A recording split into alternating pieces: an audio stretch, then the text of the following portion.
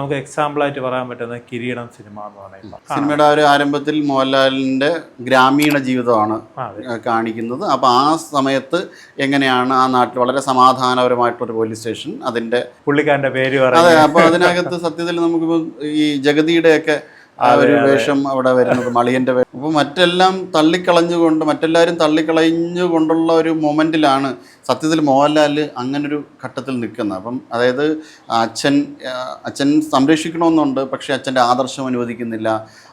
അനുജനോ അല്ലെങ്കിൽ അമ്മാവനോ അങ്ങനെ എല്ലാ ആൾക്കാരും, സേതുമാധവനെ സ്നേഹിച്ചിരുന്ന, ജീവന് തുല്യം സ്നേഹിച്ചിരുന്ന എല്ലാ ആൾക്കാരും, അമ്മ ഒഴിച്ച് ബാക്കി എല്ലാ ആൾക്കാരും സേതുമാധവനെ എങ്ങനെ മാറ്റി നിർത്താമെന്ന് ചിന്തിച്ചു കൊണ്ടിരിക്കുക അറിയണം. ആലോചിച്ച് നോക്കി, വളരെ ക്ലാസിക്കൽ. എനിക്ക് തോന്നുന്നു ഏകദേശം 6 ദിവസം കൊണ്ടെന്തോ ലോഹിതദാസ് എഴുതി തീർത്ത അത്ഭുതകരമായിട്ടുള്ളൊരു സ്ക്രിപ്റ്റാണ്. അപ്പോൾ 6 ദിവസം കൊണ്ടാണ് ഇത്രയും വലിയൊരു ക്ലാസിക്കൽ ലെവലിൽ ആ കഥാപാത്രത്തെ രജിസ്റ്റർ ചെയ്തു എന്നുള്ളതാണ് അതിൻ്റെ